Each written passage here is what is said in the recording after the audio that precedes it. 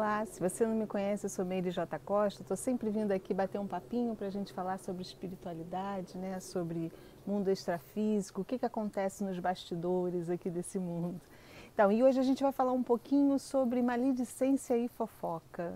E caramba, né? Hoje acho que não tem nenhum fofoqueiro aí, não tem ninguém preocupado que nós não somos fofoqueiros, isso não vai nos pegar, né? Vou até tirar o óculos.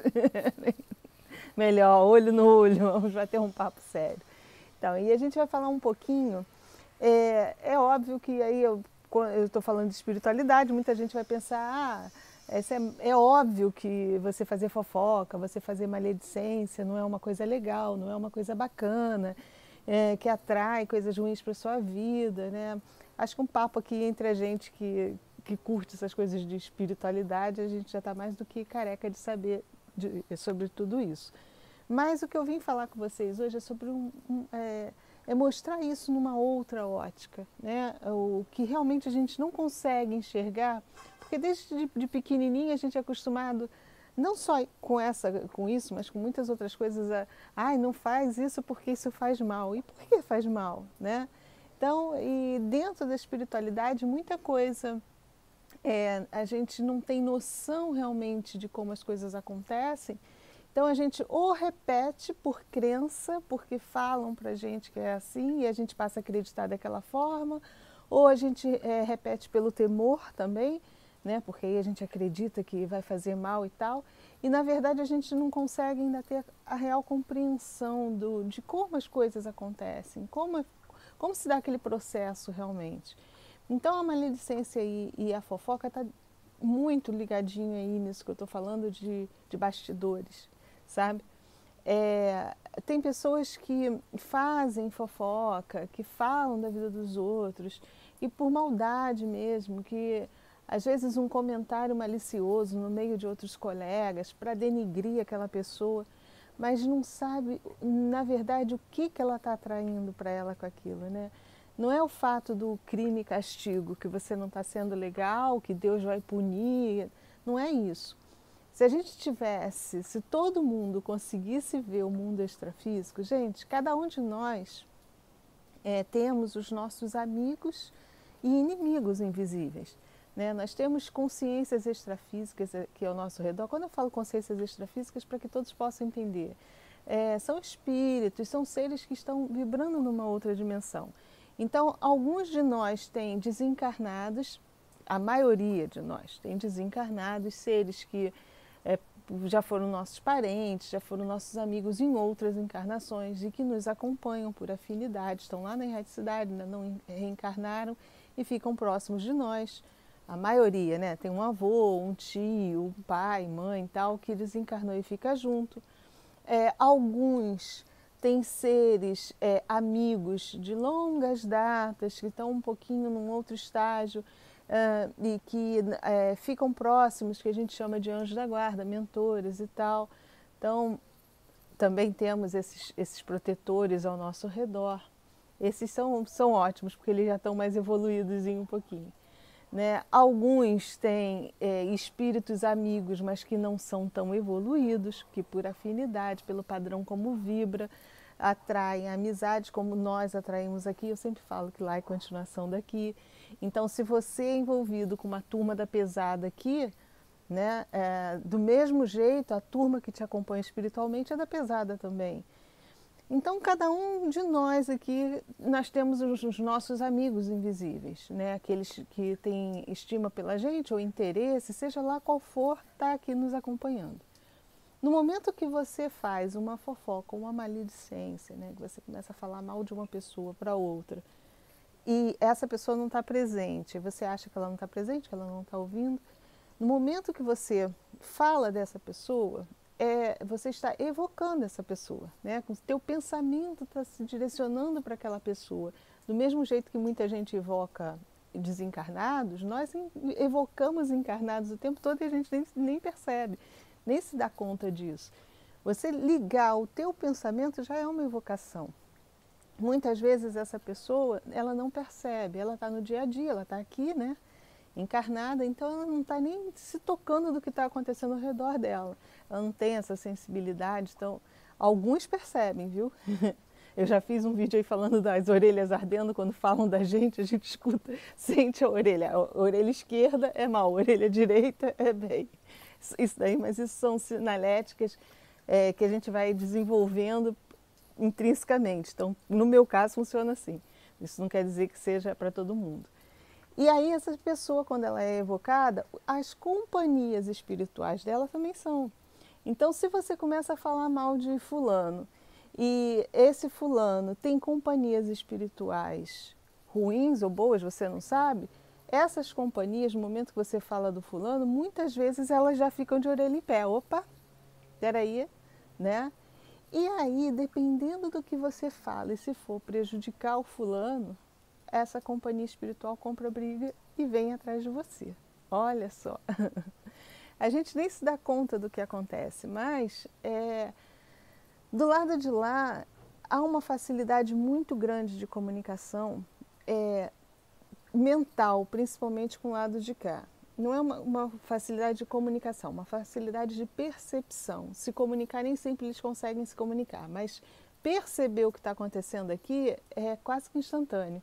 Então, muitas vezes, você está falando aqui alguma coisa de alguém e só o fato de você estar com a sua mente ligada nessa pessoa, você já conectou com aquela pessoa e com toda a rapaziada que está ao redor dela, mesmo o espiritual.